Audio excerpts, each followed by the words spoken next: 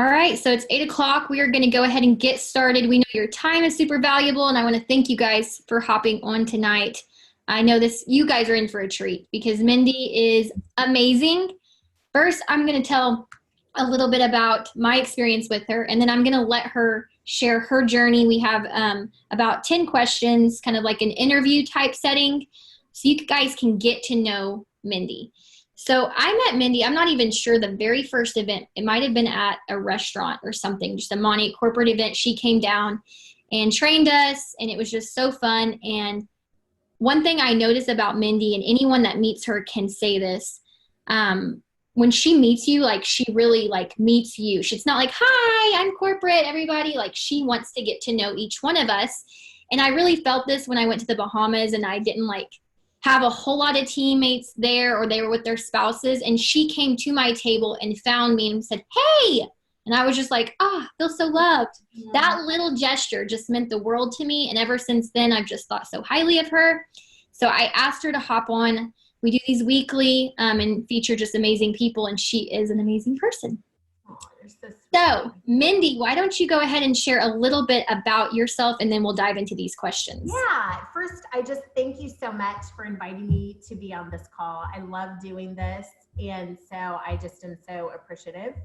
But yeah, so I have been in sales and leadership for over 20 years, which is so crazy to say. And about 18 of it has been in direct sales specifically. So I grew up in a family of sales, which is a really interesting story, generations of sales. And when I went to college, I decided I wanted to take a different route. So I actually was getting a medical degree and had an opportunity to, it's like, this is kind of a long story, but it makes so much sense. So I had an opportunity at that time to work at the U.S. Attorney's Office while I was going to college. And the reason I chose it was because it was the highest paid job at the time, and they worked around my college schedule. So this will make sense in just a minute. So I started there and realized that I really loved that line of work, working in federal prosecution. And so when it came time for me to graduate college, they ended up hiring me full time. And it was great and fun, and I learned a lot, and amazing experience working at the federal level. But I realized very quickly, and at that time I started in that office right before I turned 18. And then I realized very quickly when I graduated college, which was, probably around 22-ish, 21, 22, that there was just more to life than going to a traditional 8 to 5, right? That it was such a cool experience, but I was young and there was just so much more. So it was really interesting because a friend of mine who I had met, which was a federal agent, became very close friends with her, invited me to a direct sales party. And at the time I remember thinking, gosh, I don't really have the additional income because I had student loans coming up and have the additional income to really purchase anything. But I ended up going, and I walked into a room of people that are women that were having this amazing fun time. And I thought, wait a second, I am doing the wrong thing here. Like, I need to explore this. So long story short, about 6 months later, I ended up joining that company, and it was shortly after 9/11. And so it was a time where, it was just a rocky time in our economy. But it wasn't anything that I ever thought about. I thought I could do this. I have a student loan payment coming up. And so I jumped right in and realized very quickly that my calling was not the medical field, that it was sales, that of which I grew up in. And so it just became a very natural process for me. And I ended up leaving that federal job about 2 years later after starting my direct sales business. And I actually was in the field, just like all of you, working a business actually until 2016, and with the same company and that company decided to close. And so from that point on, I went to the corporate side of direct sales. So had I never started at the U.S. Attorney's Office, I may not have ever been introduced to the opportunity in direct sales that I started with. I love that so much. And I love that you come from a background as far as getting an education. A lot of people do that and go into that corporate field and then realize, you know, you don't have to work that normal, like 8 to 5, 9 to 5 job. And that resonated with me when I was in school. I was like, I just want so much more. Yeah, I remember thinking driving to work, and this sounds bad, but it was how I felt at the time. And I even went on to get an MBA, and, you know, just because I'm an overachiever. But I remember driving, and I'm a Starbucks lover. I've been a Starbucks lover, I swear, since I was probably 14 years old. And so I remember driving to work thinking, if I'm done with my work by 2:30, then why can't I just leave and go to Starbucks? Like, that's just what I wanted to do. And so, you know, you can't do that when you work a traditional, you know, job. So Yes, and it's just a beautiful thing about this industry. Your time is your own. yes. Okay, so I'm going to start with question number 1, and you kind of dug into this, but it was, we would love to know a little bit about your background, maybe like your family, where you come from, and your journey to finding money. Because guys, she is in the corporate side of money. I'm trying to meet everybody. Yeah, so I'm married. I just got married in June of last year, which is super exciting. I live in Tulsa, Oklahoma. I'm originally from Wichita, Kansas. So I grew up pretty much in Wichita. We moved a lot because my father was in sales, but we always ended up back in Wichita at some point. A lot of my family is still in Kansas as well as Colorado. And so with that being said, we usually ended up back in Kansas at some point. And so from there, I ended up moving to Oklahoma, goodness, about, well, I think it was like 2004. And I moved my business. And so I say that because I moved my business from Kansas to Oklahoma, not knowing a single female, which my business was primarily female. And then I moved it to 2 different cities, from Oklahoma City to Tulsa. So I've been in Tulsa now about 6 years. So like I said, I just got married in June. I have no children. My husband and I will hopefully adopt within a couple of years. I have 2 little fur babies that are 8 months old, and they are rotten. And goodness, my journey to Monat. Yeah, so when my company closed in 2016, you know, that was very devastating, as you all could imagine, being with a company for, you know, 16 years. And so I had started with another company for a little while and realized that I just didn't feel the same for me as far as building a business, that my passion was actually with that previous company. But what I loved most about that was leadership development, watching and working with the people on my team, watching them grow, watching them succeed, making them reach dreams and goals that they, you know, maybe didn't ever think of or see themselves doing. So I had an opportunity in 2016, just a few months after my company had closed, to join the corporate side of direct sales. So I started with a different company and worked there as a senior director in the field. And that was such great experience. Did that for a couple of years. And then I had an opportunity with Monat in the fall of 2018. So, so I've been with Monat ever since. So crazy. So you have such an amazing background as far as knowing the MLM industry and getting a feel for it. So that kind of takes us to question number 2. Since you've been with us, what did you notice first that set us apart from a lot of the other companies? You know, there were several things. And, you know, the number one thing was the culture. It really reminded me of a place that I came from with, you know, just such positive, fun, goal-getting people. And the fact that it was edgy and new and very high tech, which I think is super important, especially now, you know.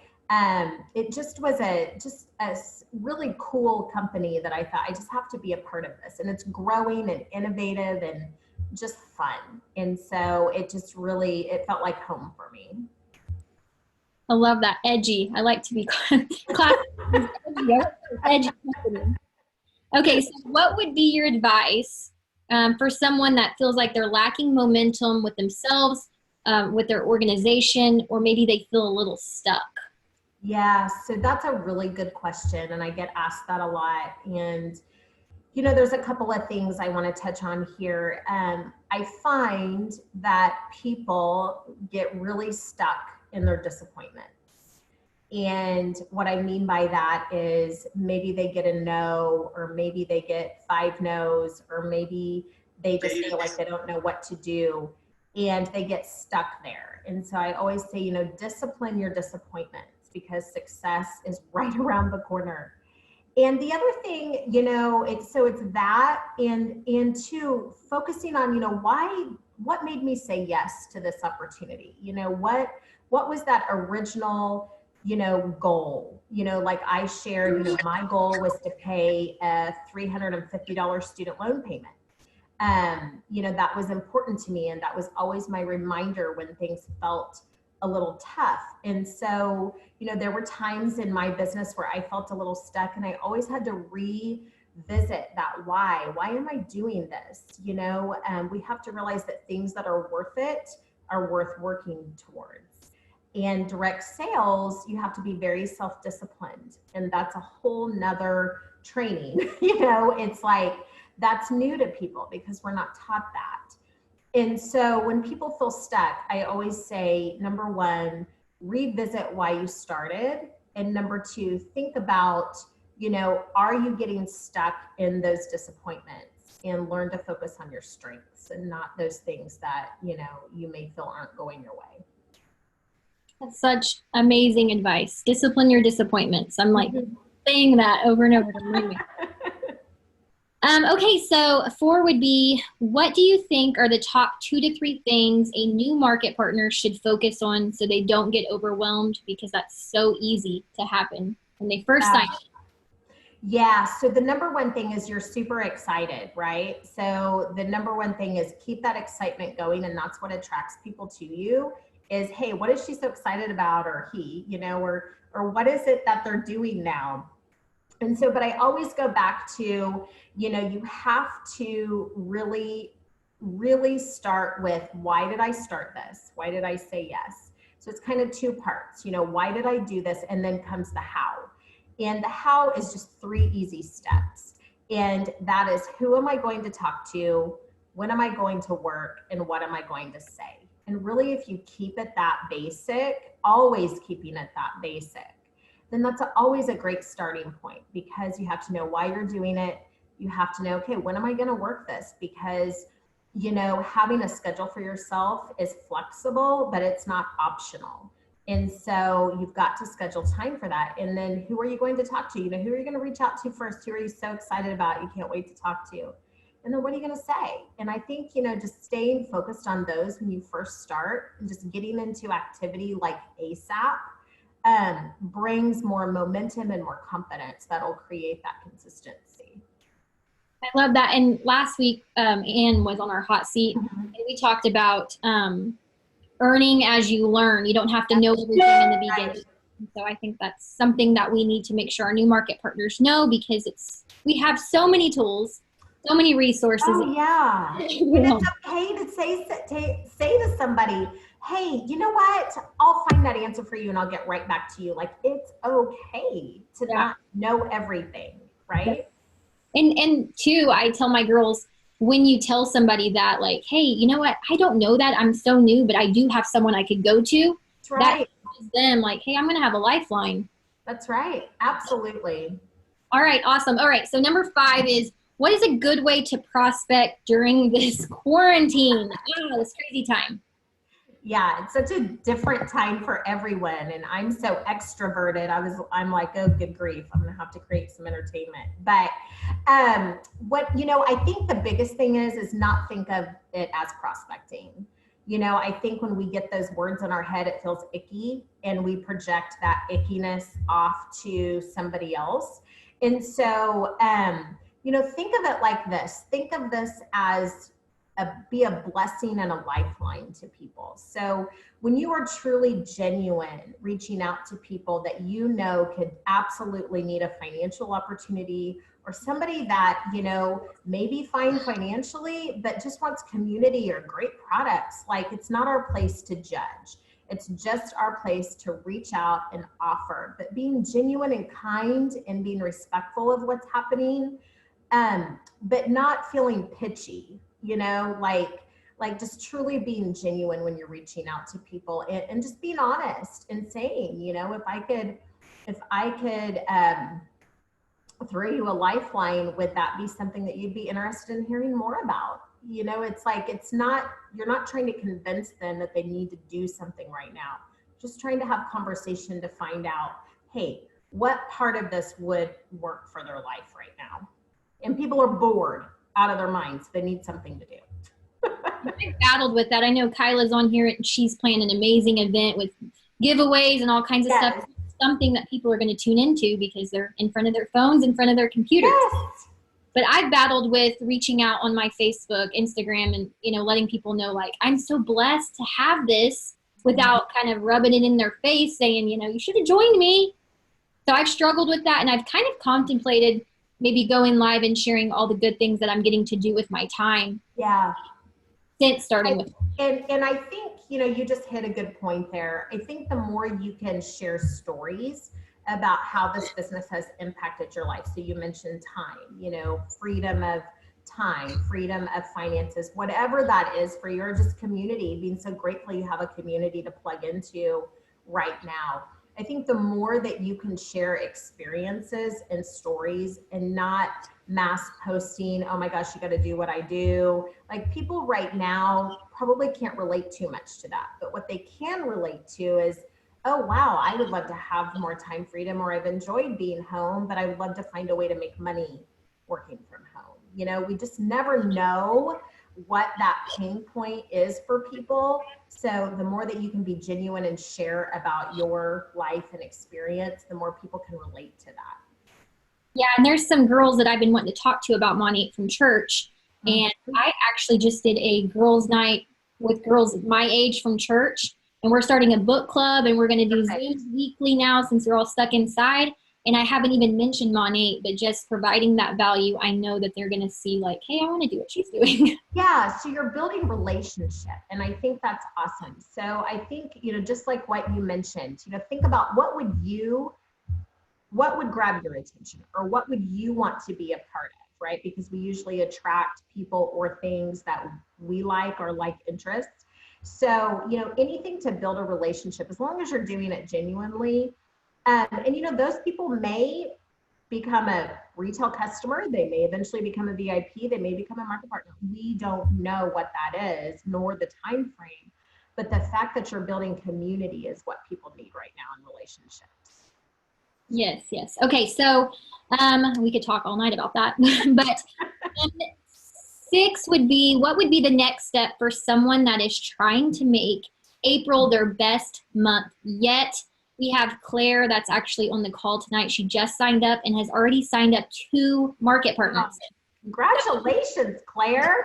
Ready to go, and she just started in the quarantine, so I know she's wanting to make April huge. What would some advice for someone like that? Yeah, so regardless of a quarantine, I think everybody could follow this advice any time of year. And like I mentioned, I had started my direct sales business shortly after 9/11. So, we weren't in quarantine, but we had a lot of financial things happening.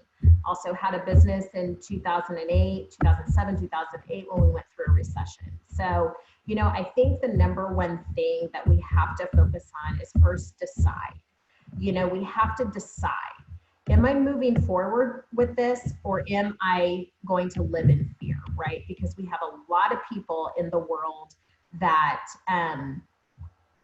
their situations are different, and not everybody's situation is the same. And so number one is decide what you want to accomplish. Decide what that goal is. And I love to say, you know, in the next 30 days. So April 30th, let's take Claire, for example. You know, April 30th, Claire, what do you want to be celebrating in your business April 30th? And that's what you focus on. Then you create action steps to back into that goal. So knowing that whatever that goal is, you know, you have to create action steps to achieve that goal. Then just like I always told people on my team, and I say this today, then you put your blinders on. You don't look sideways, you don't look backwards, you put your blinders on and you look forwards and you go. You just go. And you're gonna, you know, there's going to be naysayers regardless of the quarantine. There's going to be negative people regardless of the quarantine. You just say, okay, no problem, next, right? You just keep those blinders on. Yes, yes, yes. Okay, I love that, the blinders. All right, so kind of some fun questions now. What has been your favorite Monty memory, maybe like a trip or an event, something that stands out to you? What has been your favorite? Yeah, so there's so many because our events and our incentive trips are so much fun. But the one that just kept coming to me, I know when you had sent me these questions, was, you know, my first Monations. I was actually at Monations incognito because I was still, you know, finishing up at my previous company. And so it was just such a great experience for me because it reminded me so much, like I mentioned earlier, of the culture that I came from.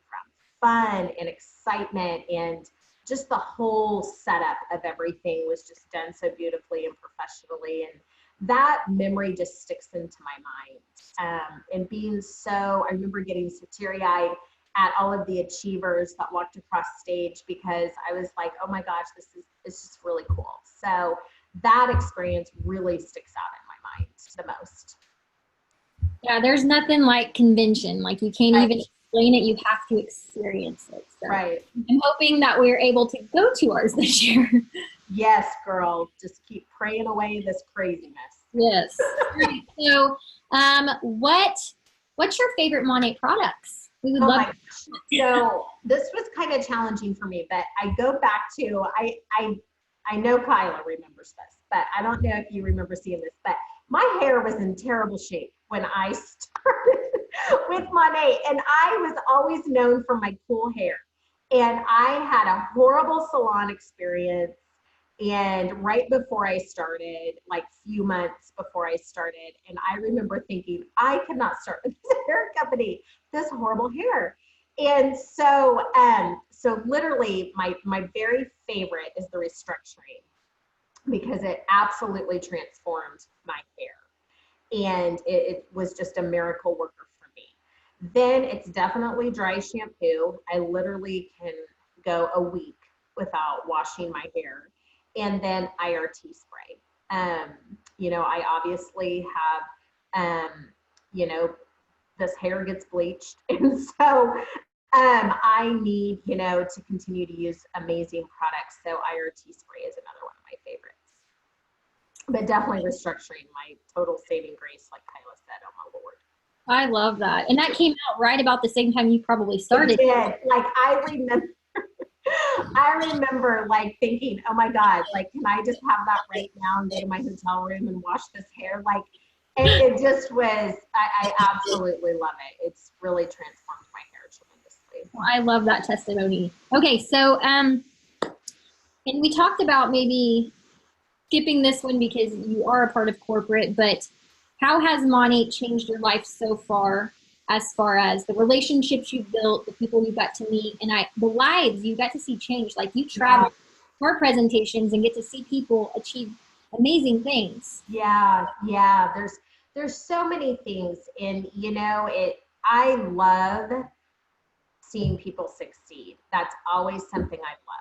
I love watching people start and set their goals and achieve them and continue to grow and learn. It's such an amazing experience. And being able to see that across different teams and company-wide is amazing. You know, the one thing, and of course the relationships, we've got some really cool people in Money, like people that I would be friends with, like outside of Money. And so I love that. But the one thing that, you know, when I was really thinking about this, you know, I have to say that, it's really changed my life as far as gratitude. I always felt like I was a giving person and,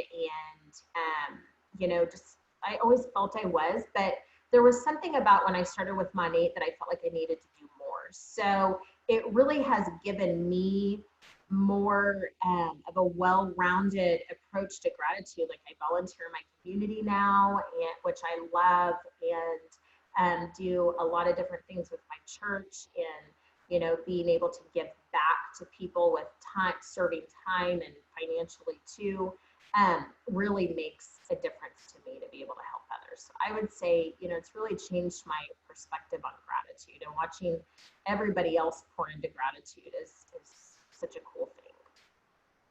And there's not many companies out there that promote that or have a CEO of gratitude. No. Easy. And that goes back to one of the first questions that really sets Monat apart from so many things, is our gratitude. And it's amazing. I truly love it. And after seeing Monat gratitude everywhere, I'm starting to see other people and other companies use that word and throw it out there. And I'm like, yeah. But okay, so to wrap it up, this has been an amazing interview. Thank you so much for doing this. But to wrap it up, this year has started crazy. But what's some advice to make 2020 our best year yet? Yeah, so this is a good one. And I think people, can focus on this in their personal life, not only business, but it's definitely staying focused. Why did you start? Why did you start this business? Always reflecting back on that and knowing that why will transform and change the longer you're in the business. But, and always go into it. I know we talk about goals, but always going into talking with people with, how can you bless and serve others? So especially now in this time where people truly need community, people need relationship. A lot of people need a financial opportunity. And so always staying focused on why you started, because here's the thing, you guys, regardless of a quarantine, whatever happens in life, because there's going to be tragedies, there's going to be traumas, there's going to be crisis, hopefully not to the extent that the US shuts down, but you can use circumstances, and I say this very kindly, you can use circumstances as an excuse to not work, or it can be your reason to work. But it all comes down to deciding. It really comes down to deciding, I'm not going to let this defeat me. I'm going to keep moving forward. And so although we're in a crazy time, we have an amazing opportunity because of all of the technology that we have to be able to utilize technology to bless and serve others. And I think that's a huge advantage that we have. And yes, are some people going to still say no? They would have said no anyway, regardless of a quarantine. So I think it's one of those things that you just have to keep pushing forward. You may have to reach out to people more. You may have to actually pick up that 10,000-pound phone instead of texting. And because people are home, like we know they're home. They can't say they're too busy. So, reaching out to people personally, that may be the next step that you have to take during this time. And so just staying focused. Thank you. And you have really good little sayings, like little snippets here and there, like the Zig Ziglar things that I have to like pause and like, say that again. That was so good.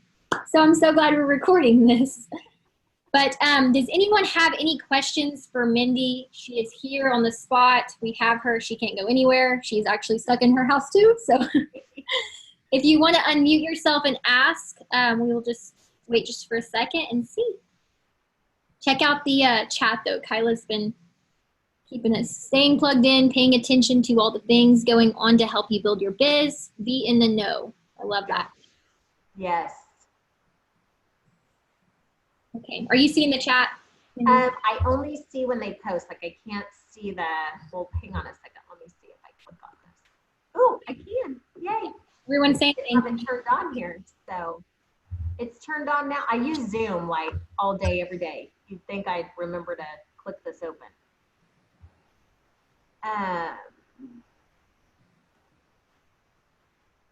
Awesome. Yeah, I think the key is, you know, like I said a million times on this call, is just remember why you started. Love that. Love that so much. Well, thank you guys for hopping on. Thank you, Mindy, for taking time out of your Thank evening. you. This Absolutely. recording will be available here shortly, and I will post it to